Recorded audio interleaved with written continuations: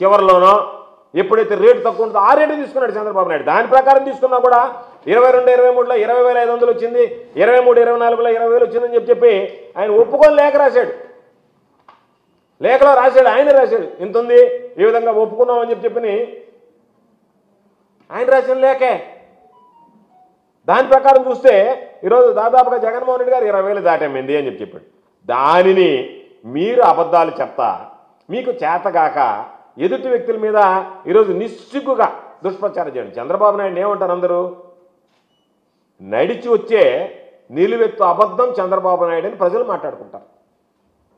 మిమ్మల్ని super section గురించి అడగకూడదు, కేసులు పెట్టేస్తారు. రైతులకు ధరలు తగ్గితే అడగకూడదు, కేసులు పెట్టేస్తారు.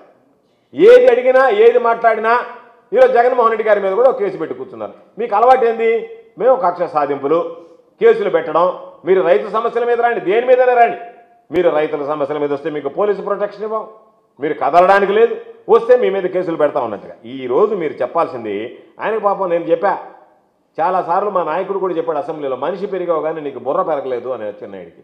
ఆయన చెప్తాడు 2020లో 7,000 ఉండింది మీరు ఇచ్చిన రేటే, కాబట్టి 2024లో మీరు 20,000 పెరిగితే మీకు అప్పెట్టవద్దు అంటాడు. అంటే మీకు అప్పుడున్న వయసు ఇప్పుడు ఉందా? ఇప్పుడు వయసు పెరగలేదా? నువ్వు ముసలోడివి కాలేదా? ఆ రోజు రేటు ఉంటే ఈ రోజు రేటు పెరగదా? ఆ రోజు ఉన్నటువంటి పరిస్థితిని బట్టి ఆ రోజు ఉంటుంది. ఆ రోజు వచ్చిన వాడికి ఏమన్నా ఎక్కువ వయసు ఉండి ఈరోజు ఏమన్నా వయసు తగ్గిందా? వయసు కాలాన్ని బట్టి పెరుగుతూ ఉంటుంది, ఖర్చులను బట్టి రేట్లు పెరుగుతూ ఉంటాయి. వచ్చేటువంటి రైతు ఎంత ఖర్చు పెడతాడో ఆ ఖర్చులు పెరిగేటప్పుడు ఆదాయం కూడా పెరగకపోతే రైతు నష్టాల్లో పోతుంటాడు. కాబట్టి ఆ రోజు మినిమం సపోర్టింగ్ ప్రైస్ ఎంత ఇచ్చినారు కదా అని అంటే చారిత్రాత్మకమైనటువంటి నిర్ణయం తీసుకున్నాం. చాలా వాటికి ఇచ్చాం, మీలాగా లేదే, మీలాగా మేమేం తప్పించుకొని తిరగలేదే.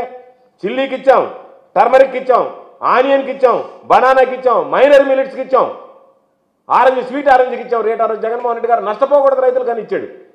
మీలాగా ఉన్నటువంటివి ఎగ్గొట్టి ఈరోజు మీరేమో జగన్మోహన్ రెడ్డి గారు హయాంలో రాలేదని మీరు మాట్లాడితే కేంద్ర ప్రభుత్వానికి చంద్రబాబు నాయుడు ఒక లేఖ రాసి నేను 50% పెట్టలేను కాబట్టి మీరు చేతులు దులుపుకోండి అని చెప్పి ఎంత నిస్సిగ్గుగా చెప్తున్నాడు. మీకు ఒక నివేదిక ఇచ్చారు అధికారులు, ఏమని? అయ్యా రైతులకు కనీసం 11,600 రూపాయలు ఇవ్వమన్నారు. అది ఇస్తే మీరు దాదాపుగా 25% పంట కొనుగోలు చేస్తే 3,500 కోట్లు, 3,480 కోట్లు కావాలని చెప్పి మార్కెట్ ఇంటర్వెన్షన్ స్కీమ్లో రైతులు కనీసం వాళ్ళు నష్టాలు ఊబిలో నుంచి బయటపడడానికి అవకాశం ఉంటుంది. మనం ప్రారంభిస్తే అసలు మీకు కనీస మద్దతు ధర గురించి అవగాహన ఉందా? జగన్మోహన్ రెడ్డి గారు ఉన్నప్పుడు రేట్లు పెరిగాయంటే కనీస మద్దతు ధరతో సంబంధం లేకుండా ఎందుకు పెరిగాయి? మీలాగా దళారులకు దోచుకోలే. ఆ రోజు దళారు లేరు, దళారు వ్యవస్థ లేదు. కారణం ఏంది? ఏ రోజైతే ప్రభుత్వం ఒక మినిమం సపోర్టింగ్ ప్రైస్ ఇచ్చిందో అంతకన్నా తగ్గిస్తే మేము కొంటామని ముందుకు వచ్చిందో దళారులు గాలే కలిసిపోయారు. వ్యాపారస్తులు పోటీ పడ్డారు, అయ్యో ఈ ప్రభుత్వం కొనేస్తుంది, అప్పుడు మనకు అసలు దొరకదు మార్కెట్లో, మనం నష్టపోతాం, మన వ్యాపారం దెబ్బతింటుంది, కాబట్టి మనం కొనాలని పోటీ పడ్డారు. దానివల్ల రేట్లు పెరిగాయి. అదేమంటే చంద్రబాబు నాయుడు చెప్తాడు అక్కడ ఎక్కడ ఎక్స్పోర్ట్ ఉండిందంట, ఎక్స్పోర్ట్ ఆగిపోయింది కానీ. ఇదే ఈరోజు రేటు కనుక జగన్మోహన్ రెడ్డి గారి కన్నా ఎక్కువ వచ్చుంటే చంద్రబాబు పచ్చ మీడియా ఏం చెప్పుండేది? దావోస్లో వాళ్ళతో మాట్లాడాడు రెడ్ చిలీన్ గురించి కూడా, దావోస్ సదస్సులో కూడా. దానివల్ల ఈరోజు ఇంత రేటు వచ్చిందని చెప్పి రాసి ఉండే. చంద్రబాబు నాయుడు ఘనంగా ప్రకటించినవాడు దావోస్తా ఆ పేరు ఈ పేరు ఎప్పుడు ఆటో డ్రైవర్ తీసుకొచ్చి సూట్లేసి ఈయనంతా అక్కడి నుంచి వచ్చాడు, ఇస్తాంబుల్ నుంచి వచ్చాడు, టర్కీ నుంచి వచ్చాడని చూపించినట్టే ఎవరో ఒకరు నేను గెలిచాను, ఆయన గెలిచిన ఆయన మొత్తం చిల్లీ అంతా ఆడ పంపించమన్నాడు, ఆడకి ఎక్స్పోర్ట్ అంతా వచ్చేసింది కాబట్టి ఇక్కడ ఎక్కడ లేని రేటు వచ్చింది, అలివిగాని రేటు వచ్చిందని మాట్లాడేవాడు. తగ్గిపోతే మాత్రం ఎక్స్పోర్ట్ లేదు కాబట్టి రేట్లు. అంటే నీకు చేతకాక చేతులు ఎత్తేసి దానికి రకరకాలైనటువంటి కారణాలు అన్వేషించి పోయినటువంటి వ్యక్తుల మీద మాట్లాడడం తప్ప ఎక్కడన్నా మీకు రైతుల మీద చిత్తశుద్ధి అనేటువంటిది ఉందా? ఉంటే మీరు ఆ 3,480 కోట్ల రూపాయలు ఇస్తే దానికి సంబంధించి ఇబ్బంది లేకుండా పోయింది. కాబట్టి మీరు గవర్నమెంట్ మెమో ఒకటి ఇష్యూ చేశారు. ఏదది? Memo number AGC1 marketing department bar 310/2024 21/2025. దీంతో రైతులకు మీరు చేస్తున్నటువంటి పచ్చి మోసం బయటపడిందా లేదా? దాని ప్రకారం ఈరోజు 3,480 కోట్ల రూపాయలు ఇవ్వాలనేటువంటి దానికి మీరు ఈరోజు మంగళం పాడారంటే ఇంకా అంతకన్నా దౌర్భాగ్యమైనటువంటి పరిస్థితి ఏమన్నా ఉంటుంది. కాబట్టి మీరు దయచేసి గుర్తుంచుకోండి, మీరు పెట్టేటువంటి కేసులకు మేము భయపడం, మా నాయకుడు భయపడ్డా, మా నాయకుడికి భయం అనేటువంటిది ఆయన రక్తంలోనే లేదు.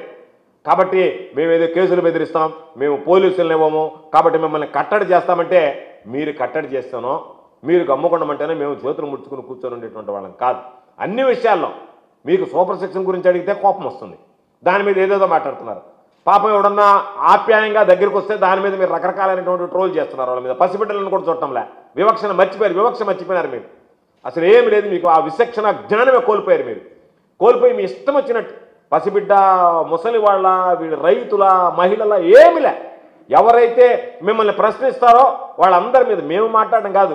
నిన్న మిర్చి రైతులు మీరు పోయి మాట్లాడారు. మీతో పాటు పట్టుమని పాప ఛానల్స్ కొన్ని రాండి మాట్లాడుతారంటే ఒక్కరు కూడా జగన్మోహన్ రెడ్డి గారు అక్కడికి పోయిందానికి ప్రశ్నిస్తున్నారు. జగన్మోహన్ రెడ్డి గారు అసెంబ్లీకి ఎందుకు బాగాలేదంటున్నారు. మిర్చి రైతులకు రేటు వస్తుందనేటువంటి మాట మాట్లాడారు. ఆ ధైర్యం చేయలేకపోయారు మీరు. అందుకని మిమ్మల్ని తీసుకొచ్చి ఏదో ఒకటి జగన్మోహన్ రెడ్డి వ్యతిరేకంగా మాట్లాడారు. కొట్టం పెడితే ఆ కొట్టం అసెంబ్లీలో మాట్లాడు, రైతుల దగ్గర మాట్లాడకూడదా, రైతుల సమస్య ఉంటే మాట్లాడకూడదా, శాసనసభకు అవకాశం లేదు, నేను అప్పుడు మాట్లాడకూడదా నేను. కాబట్టి మీరు మాట్లాడేటువంటి విధానం, మీరు చెప్పేదానికి మీ దాన్ని మళ్ళా సోషల్ మీడియాలో ఈ విధంగా జగన్మోహన్ రెడ్డి గారి మీద ఒక పక్క ట్రోల్ అవుతూ ఉంటాయి. వచ్చినటువంటి మామూలుగా జగన్మోహన్ రెడ్డి గారికి వ్యతిరేకంగా ఏ విధంగా ట్రోల్ చేయాలని చెప్పి ఒక 10 మంది తీసుకొచ్చి నేను అడుగుతున్నా, నేను చెప్పండి. ఆయన డ్రిప్లికేషన్కి బాగా చెప్పామంట. నేను నీకు చాలా చూపిస్తున్నాను, అచ్చెన్నాయుడికి చాలా చూపిస్తున్నాను. నువ్వు మీ ప్రభుత్వం 2019లో దిగిపోయేటప్పటికి డ్రిప్లికేషన్ బాగా లేవని చెప్పి నేను శాశ్వత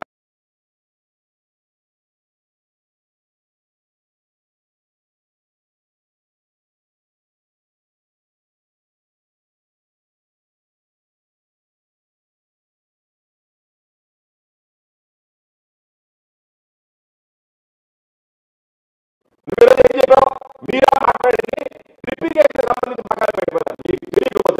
నువ్వు పెట్టినటువంటి బకాయిలు డ్రిప్లికేషన్ పక్కన పెట్టాం, ఇన్పుట్ సబ్సిడీ పక్కన పెట్టాం, సంబంధించి పక్కన పెడితే పక్కన పెట్టాం.